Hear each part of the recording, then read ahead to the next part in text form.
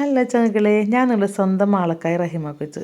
ഇത് നമ്മുടെ വീടാണ് കേട്ടോ. ഇരിക്കുന്നതെല്ലാം നമ്മുടെ പ്രിയപ്പെട്ട ചങ്കളാണ്.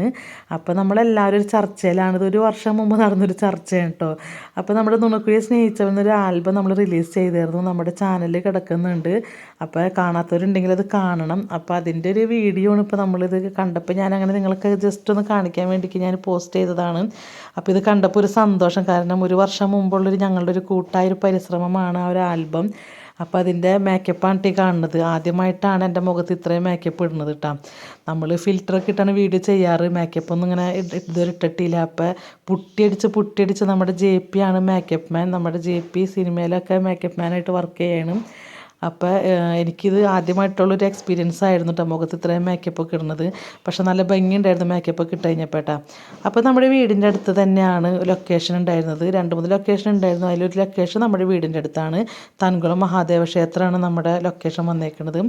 അപ്പോൾ അവിടെയും വെച്ച് മേക്കപ്പ് ഇങ്ങനെ പോകും തോറും ഇങ്ങനെ ഇടുന്നുണ്ടായിരുന്നു. പിന്നെ ദേ വീണെടുക്കുന്നുണ്ട് റഹീമ കൊച്ച്. ചോരയെല്ലാം കുളിപ്പിച്ച് നമ്മൾ മരിക്കുന്നൊരു സീൻ അതിനകത്തുണ്ട്. അപ്പോൾ ആ ഒരു സീനാണ് ഇപ്പോൾ അവിടെ നമ്മൾ ഷൂട്ട് ചെയ്യണത്. കിടക്കണുണ്ട്. എൻ്റെ കാലിൻ്റെ വശം മാത്രമേ ആ ഒരു സീനിൽ വരുന്നുള്ളൂ കേട്ടോ. നിങ്ങൾ കാണാത്തവർ ആരെങ്കിലും ഉണ്ടെങ്കിൽ നിങ്ങൾ ആ ആൽബം കാണണം. നുണക്കുഴിയെ സ്നേഹിച്ചതെന്നാണ് ആൽബത്തിൻ്റെ പേര്. അപ്പോൾ അത് കാണുമ്പോൾ നിങ്ങൾക്ക് മനസ്സിലാകും ഇത് എന്തൊക്കെ സീനായിരുന്നു എന്നുള്ളത് കേട്ടോ. അപ്പോൾ നല്ലൊരു സോങ്ങാണ് കേട്ടോ. നമ്മുടെ വീടിൻ്റെ അടുത്തുള്ള ശ്രീകുമാറാണ് പാട്ട് പാടിയേക്കണത്. അപ്പോൾ ചങ്കളെ കാണാത്തവരുണ്ടെങ്കിൽ എന്തായാലും കാണണേ, മറക്കല്ലേ കേട്ടോ.